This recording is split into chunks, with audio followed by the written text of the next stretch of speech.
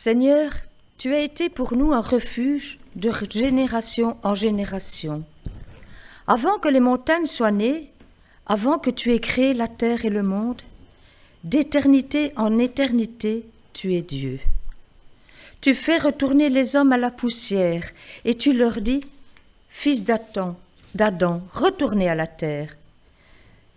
Car 1000 ans sont à tes yeux comme la journée d'hier. Elles passent comme le quart de la nuit. Tu les emportes, semblables à un rêve, qui le matin passe comme l'herbe. Elle fleurit le matin et elle passe. On la coupe le soir et elle sèche. Nous sommes consumés par ta colère et ta fureur nous épouvante. Tu mets devant toi nos fautes et ta lumière éclaire nos secrets. Tous nos jours disparaissent à cause de ta colère. Nous voyons nos années s'éteindre comme un soupir. La durée de notre vie s'élève à 70 ans et pour les plus robustes à 80 ans. Mais l'orgueil qu'ils en tirent n'est que peine et misère, car le temps passe vite et nous nous envolons. Qui a conscience de la force de ta colère et de ton courroux pour te craindre? Enseigne-nous à bien compter nos jours, afin que notre cœur parvienne à la sagesse. Reviens, Éternel, jusqu'à quand? Aie pitié de tes serviteurs, rassasie-nous chaque matin de ta bonté, et nous serons toute notre vie dans la joie et l'allégresse. Réjouis-nous autant de jours que tu nous as humiliés, autant d'années que nous avons connu le malheur. Que ton activité soit visible pour tes serviteurs et ta splendeur pour leurs enfants. Que la grâce de l'Éternel notre Dieu soit sur nous. Affermis l'œuvre de nos mains. Oui, affermis l'œuvre de nos mains. Amen. Merci beaucoup, Martine. Apprends-nous à bien compter nos jours. Frères et sœurs, je crois que le Seigneur a de l'humour. Vous pensez aussi qu'il a de l'humour? Pour ceux et celles qui s'en souviennent, un certain dimanche du mois d'août 2022, c'est l'heure des rétrospectives, hein? Même à la télévision, partout, on se souvient des moments forts de l'année. Pour moi, c'était un moment fort. C'était le dernier jour de vacances de notre pasteur. J'ai répondu à une remarque de notre frère Guy, ici présent, durant les annonces en disant que je ne désirais plus que l'on me demande de présider le culte du premier dimanche de l'année, a fortiori cette année puisqu'il tombe le premier de l'an. Et que je risquais de ne pas être suffisamment réveillé après le réveillon, après les pétards, les feux d'artifice. À Noël, ça a duré jusqu'à 2h30. Merci Seigneur, hier c'était minuit et demi, j'ai pu dormir un peu. Mais c'était en oubliant le thème de mon message du mois d'août. Dieu rend utile. À travers la lettre de Paul à Philémon, si vous vous souvenez. Si Dieu rend utile, il rend utile quand il veut, que ce soit pour le premier culte de l'année ou pas, même si celui-ci tombe le premier jour de l'an. C'est comme si Dieu me disait, tu prêches, Dieu rend utile, et tu te débines dès que ton ami Guy te dit qu'il faut présider le 1er janvier. C'est quoi ça? Dieu m'a confondu sur le champ. Je reconnais bien là la souveraineté de Dieu, son clin d'œil, son trait d'humour, comme s'il me disait, Pierre, tu oublies que c'est moi qui décide. Ainsi, son esprit m'a littéralement poussé à être devant vous. Aujourd'hui, son esprit et les amis du consistoire. Il y a 1 an de cela, rétrospective, il m'a été donné de prendre la parole à propos du psaume 12, avec ce titre « Au secours Seigneur ». Qu'est-ce qui va se passer en 2022? Aujourd'hui, on dirait que notre Père veut remettre le couvert, comme on dit, puisqu'il nous propose de nous pencher sur le psaume 90, qui fait partie, comme le psaume 12, des 14 psaumes appelés psaumes des prières collectives d'appel au secours. Où veux-tu en venir, Seigneur? Voilà une question que nous pourrions nous poser ce matin, alors que s'étale devant nous une année nouvelle de manière mystérieuse, parce qu'on ne sait pas demain de quoi sera fait demain. Mais une année nouvelle qui est déjà toute dévoilée devant ses yeux, il la connaît entièrement, pour chacun de nous. Je commence réellement. Un jour, dans une famille chrétienne, une petite fille étant à l'école primaire, entend ce verset « Enseigne-nous à bien compter nos jours » dans la bouche de son papa lors d'une réunion de maison. Cette fillette qui n'avait pas sa langue dans sa poche, comme toutes les petites filles peut-être, je ne sais pas, se permit d'interrompre son père qui parlait et dit « Oh, c'est ce que madame nous a appris cette semaine à l'école. Janvier, 31 jours, février, 28 jours, et 29 tous les 4 ans. » Ainsi de suite. C'était très à propos pour l'enfant, et son père, magnanime, la laissa continuer sous les yeux attendris des participants, par la candeur de l'enfant, et reconnaissant au Seigneur qu'elle puisse déjà entendre la parole à son âge. N'est-il pas écrit selon les versions en Proverbe 22:6 « Éduque, instruit, oriente, initie l'enfant dans la voie qu'il doit suivre, devenu vieux et ne s'en départira pas. » Il s'agit de consacrer un bon départ dans la vie, dans la voie, avec un « E ». Désolé pour les musiciens chanteurs, ce n'est pas la voix avec un X, c'est la voix avec un E. Le français est difficile. Hein? Ce dernier mot connote un aspect normal sur le plan moral de cette vie dans laquelle l'enfant s'engage. Évidemment, ce n'est pas aussi simple que ça, que ce que cet enfant pensait dans toute sa naïveté et son innocence. Il est évident qu'on ne peut pas délibérer sur ce texte en le sortant de son contexte. D'autant plus que le verset continue en disant « afin que nous appliquions nos cœurs à la sagesse ».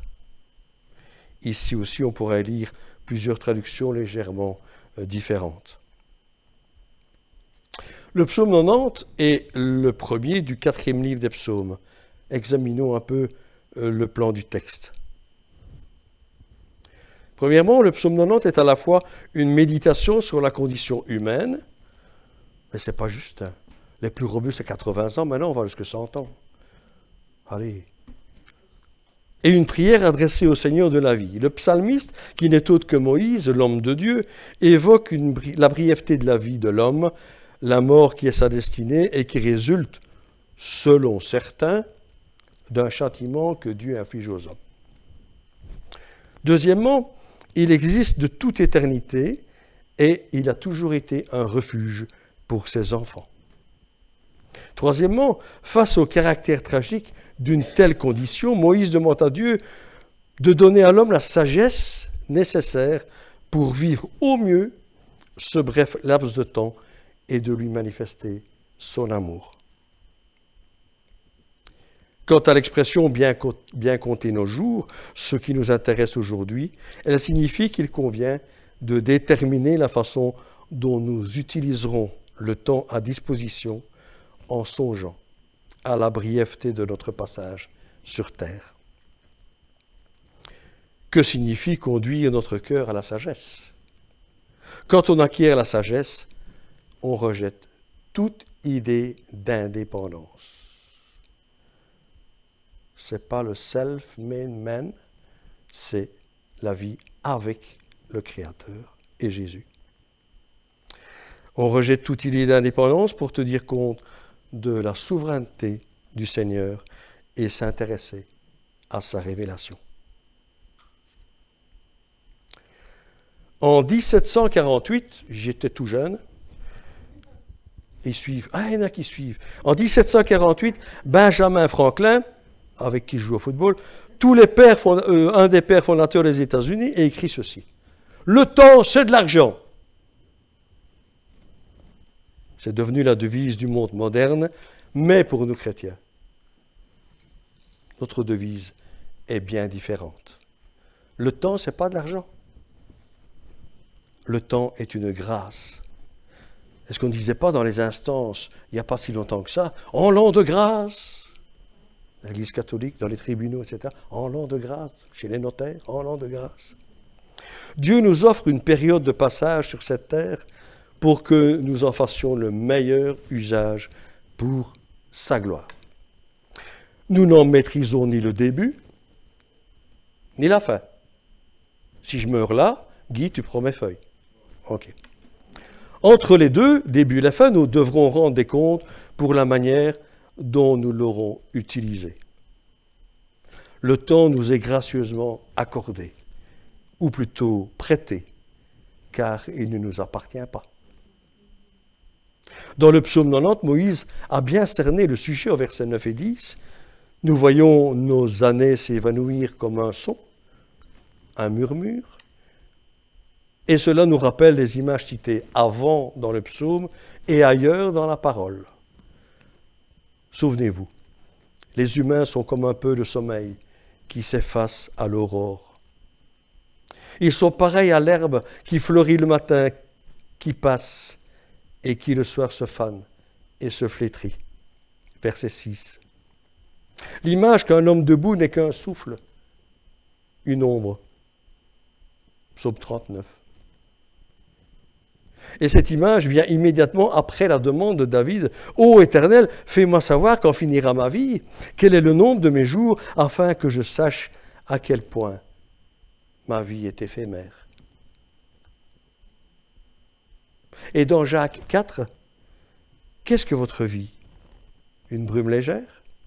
Une vapeur qui paraît un instant et qui disparaît? Et Moïse dit encore, les jours de nos années s'élèvent à 70 ans, et pour les plus robustes 80, et l'orgueil qu'ils en tirent n'est que peine et misère, car le temps passe et nous nous envolons. C'est au verset 12 que nous lisons notre verset de ce jour. Enseigne-nous, Seigneur, à bien compter nos jours, afin que nous appliquions nos cœurs à la sagesse. Comment utilisons-nous notre temps? Si nous laissons nos années défiler sans réagir, bientôt tout ce qui sera derrière nous s'envolera comme de la poussière au vent. Et nous risquons de passer complètement à côté de l'essentiel. L'apôtre Paul enjoint aux Éphésiens de bien réfléchir à leur voie. Écoutez ce qu'il dit. Soyez vraiment attentifs à votre manière de vivre. Ne vous montrez pas insensés. Et soyez des hommes sensés qui mettent à profit le temps présent. Certes, il s'agit ici d'un certain opportunisme chrétien qui signifie saisissez l'occasion, tirez parti du temps qui vous est accordé pour réagir aux occasions données dans la vie courante d'annoncer la bonne nouvelle, d'annoncer l'évangile, de dire que vous vivez avec Jésus. La bonne utilisation de notre temps est un signe de sagesse. La mauvaise utilisation de notre temps est un signe d'inconséquence. Nous ne sommes que des gestionnaires et pas des propriétaires. Nous sommes gestionnaires de nos talents que nous avons reçus, de notre intelligence, de nos bénédictions, de notre argent, de notre temps. Alors vous allez me dire, comment faire pour être sûr, pour bien utiliser son temps? Est-ce que je dois partir au fond du bois pour mener une vie contemplative et prier jour et nuit? Est-ce que je dois arrêter de travailler? Arrêter mes loisirs? Bien compter ses jours, c'est pas ça. Dieu n'est pas contre le fait qu'on se repose, qu'on ait des distractions, qu'on se réjouisse en famille ou qu'on travaille pour gagner sa vie. Toutes ces choses sont bonnes. En revanche, si elles prennent dans notre vie une place démesurée, là, il y a un problème. Travail, et puis on laisse sa famille. Ah non. Équilibre. Je ne connais pas votre appel particulier, si vous en avez un. Mais je peux vous dire une chose. Si vous avez été appelé clairement à un service particulier, même si c'est au fond d'un lit pour prier 10 heures par jour, et que vous trouvez tous les prétextes pour ne pas y entrer, vous utilisez mal vos jours. Si vous hésitez parce que vous attendez un moment plus propice, quand je serai vieux, il sera encore temps. Ce moment risque de ne jamais venir. Arrêtez de vous laisser intimider par l'opinion de Pierre, Paul ou de Jacques. Attention, il y en a dans l'Église. Intimidés par les défis financiers, par des montagnes vraies ou supposées qui se dressent sur notre route. Si vous êtes appelés, répondez oui, sans tarder. Sinon, les années vont défiler et vous arriverez au terme de vos jours en ayant perdu un temps irrattrapable. Chacun peut déterminer ce qui est primordial. Si vous avez répondu à un appel et que vous êtes déjà à l'œuvre, l'enjeu est de ne pas se disperser, ni de perdre votre élan. Nous ne devons pas nous brûler par une multitude d'activités qui ne contribuent pas à l'atteinte du but que Dieu nous a fixé. C'est vrai que nous vivons une époque où il est bon d'être surbooké. C'est un effet de mode. Mon agenda est plein. Je le dis aussi, hein. Mais le quotidien nous happe. La vie passe vite et un jour nous nous demandons, ai-je bien utilisé mon temps? Notre temps est précieux. Chaque jour, si le soleil se lève et que nous avons le souffle de vie, c'est que Dieu le veut bien. Et nous devons le remercier pour cela. Amen. Ce temps est précieux. Est-ce que nous ne pensons pas trop souvent vivre une journée parmi d'autres? Mais non. Cette journée est unique et exceptionnelle et nous devons nous préoccuper de ce que nous allons faire pour Dieu et être en tout cas disponibles à ce qu'il a prévu pour nous. N'attendons pas les jours de vieillesse pour faire le bilan dans notre vie, mais mettons chaque jour Dieu à la première place et lui s'occupe de nos affaires. Recherchons une vie d'excellence. Trop souvent, nous limitons Dieu à notre pensée humaine. Nous pensons petit parce que notre esprit est limité. Nous avons peur de penser grand parce que nous craignons l'échec. Ou bien le qu'en dira-t-on? Bannissons la médiocrité de notre vie pour accéder à une vie d'excellence, mais dans l'humilité pour ne pas tomber dans l'orgueil spirituel. Dieu voit tout en grand. Si c'est aussi votre cas, alors persévérez. La patience, la foi, la confiance en Dieu sont les clés de votre réussite. Ne vous préoccupez pas de ce que pensent les autres, ni d'ailleurs ce que vous pensez vous-même. En effet, Dieu a mis des projets dans votre cœur. Réfléchissez un peu, mais pas trop. Et surtout, marchez avec foi pour les voir se réaliser. On peut avoir un esprit pionnier. Un pionnier est quelqu'un qui innove, qui n'a pas peur de faire différemment et d'aller à l'encontre de la pensée générale de son époque. Jésus est le plus grand des pionniers. Personne n'a fait d'aussi grandes choses que lui, ni avant, ni après son existence. Jésus est notre seul modèle sur cette terre. Alors, prenons exemple. N'ayons pas peur de faire des choses différentes non plus pour l'œuvre de Dieu, quitte à défrayer la chronique. Nous devons avoir du courage et de l'ingéniosité pour les affaires de Dieu.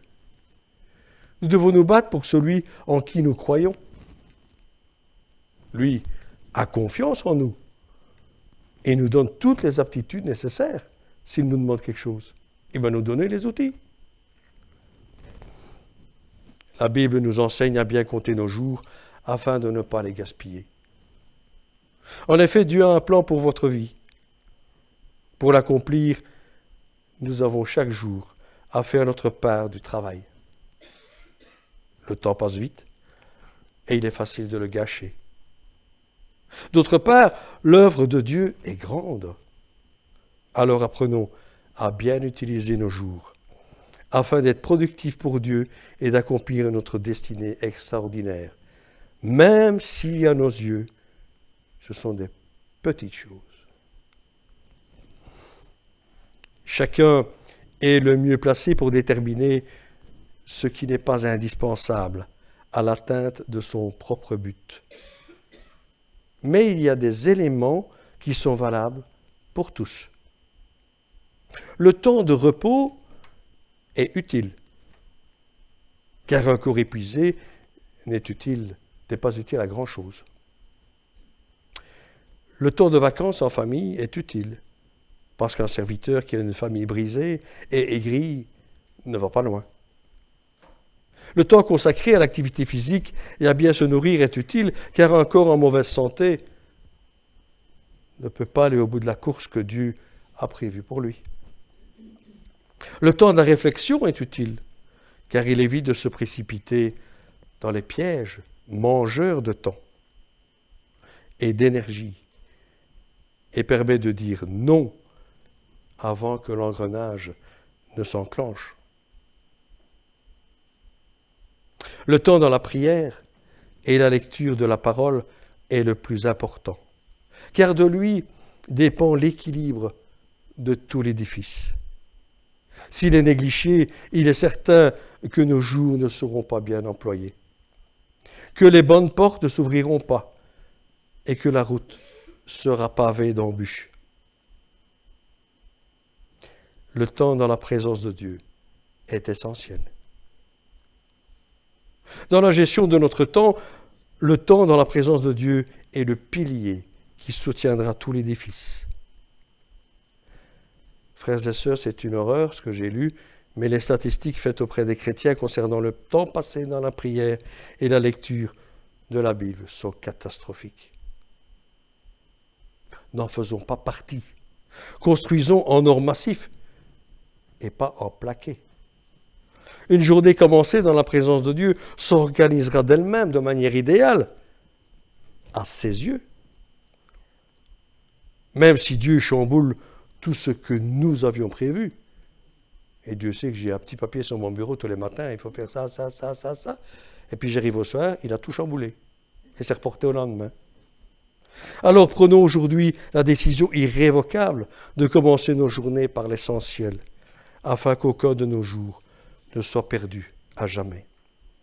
Le temps perdu ne reviendra jamais, alors prions chaque matin comme Moïse, enseigne-nous à bien compter nos jours, afin que nous appliquions notre cœur à la sagesse. Je conclus, frères et sœurs, rassurez-vous. Que demandons-nous au Seigneur lorsque nous nous approchons de lui avec la prière de Moïse à la bouche? 3 choses, principalement.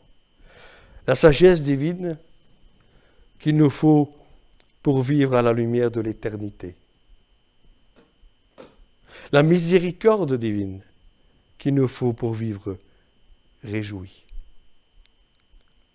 La bénédiction divine sur l'œuvre de nos mains.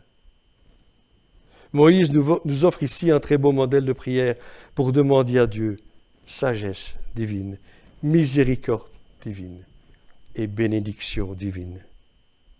Il y a néanmoins quelqu'un de plus grand que Moïse, selon ce qu'énonce Hébreux 3,6. Mais le Christ est digne de confiance comme fils sur sa maison. Or, sa maison, c'est nous. Si nous conservons l'assurance et l'espérance dont nous sommes fiers. Demander avec Moïse à bien compter nos jours peut entraîner nos cœurs à la sagesse. Revient finalement à demander à Dieu que le sujet de notre méditation sur l'éternité soit notre Seigneur Jésus-Christ lui-même, puisque c'est, comme dit la parole, grâce à lui que vous êtes en Jésus, qui a été fait pour nous sagesse venant de Dieu. Ainsi, confiants dans le Seigneur et reconnaissants à son égard, nous pouvons désormais nous attacher à accomplir les bonnes œuvres que Dieu a préparées d'avance pour nous, afin que nous les pratiquions. En lui apportant à notre tour cette requête qui se trouve à la fin du psaume 90, affermis pour nous l'œuvre de nos mains. Oui, affermis l'œuvre de nos mains. Frères et sœurs, en ce jour où fusent de partout les messages de meilleurs vœux de toutes sortes, contenant en filigrane de l'espérance pour chacun, et à l'heure de prendre de nouveaux et bons départs, de meilleures résolutions en ce premier jour de l'an, que ce psaume 90 nous réjouisse. À aller de l'avant durant les jours, les semaines, les mois de cette année que le Seigneur nous accordera dans sa grâce. Et qui nous accueille en son temps avec bonheur, en nous disant « C'est bien, bon et fidèle serviteur, tu as été fidèle en peu de choses, je te confierai beaucoup. Viens partager la joie de ton Maître. » Amen.